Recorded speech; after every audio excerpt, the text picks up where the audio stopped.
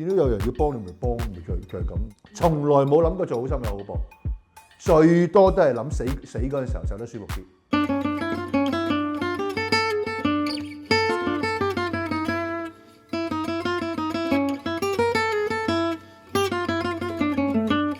我婆婆咧有陣時候我同佢細個行街咧，佢無端俾唔知俾5蚊定10蚊我都幾大數目㗎。佢話：你過去俾嗰個乞衣啊咁樣。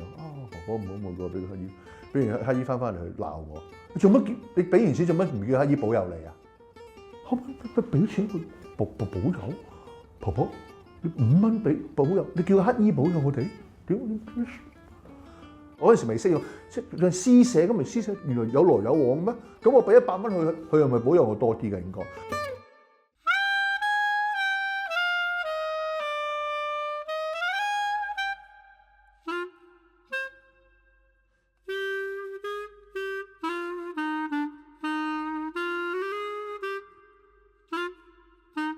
有時我見到人即係咯行混亂都你扶一扶佢過啊，道門開唔到我都幫手拉住啊，等人推嘢咁樣。唔該晒你，唔該晒你，唔使真係。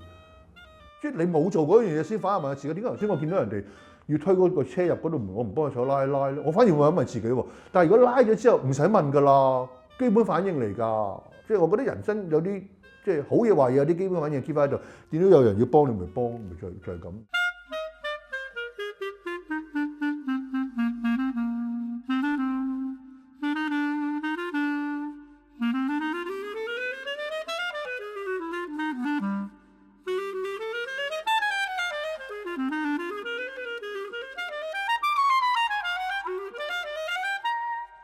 如果人哋得益嘅，係好感恩咯。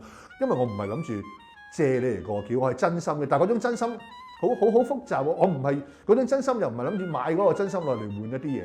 我唔係想攞佢啲嘢，而係咁我都想即係同人傾到偈，同埋同人 connect 都係好開心。如果千禧 baby 多啲嘅，我就唔出聲，盡量行遠啲，聽到你講，睇下有冇機會先搭到嘴。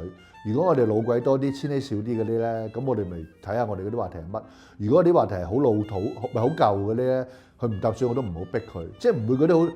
你知唔知啊？以前係咁㗎，即係我唔做嗰啲，即係好危險啊！做呢啲，即係如果佢講啲嘢俾你聽咩嗰陣時，哇搞錯啊！佢唔講㗎啦，梗係會咁㗎咯，唔會喺佢面前覺得自己好笑啊，知好多嘢啊，經歷多過你啊，你聽我講啦，永遠唔會㗎，即係後生過㗎，你俾一個歐師傅咁樣同你講嘢，你係憎晒全世界，我唔想去憎晒全世界。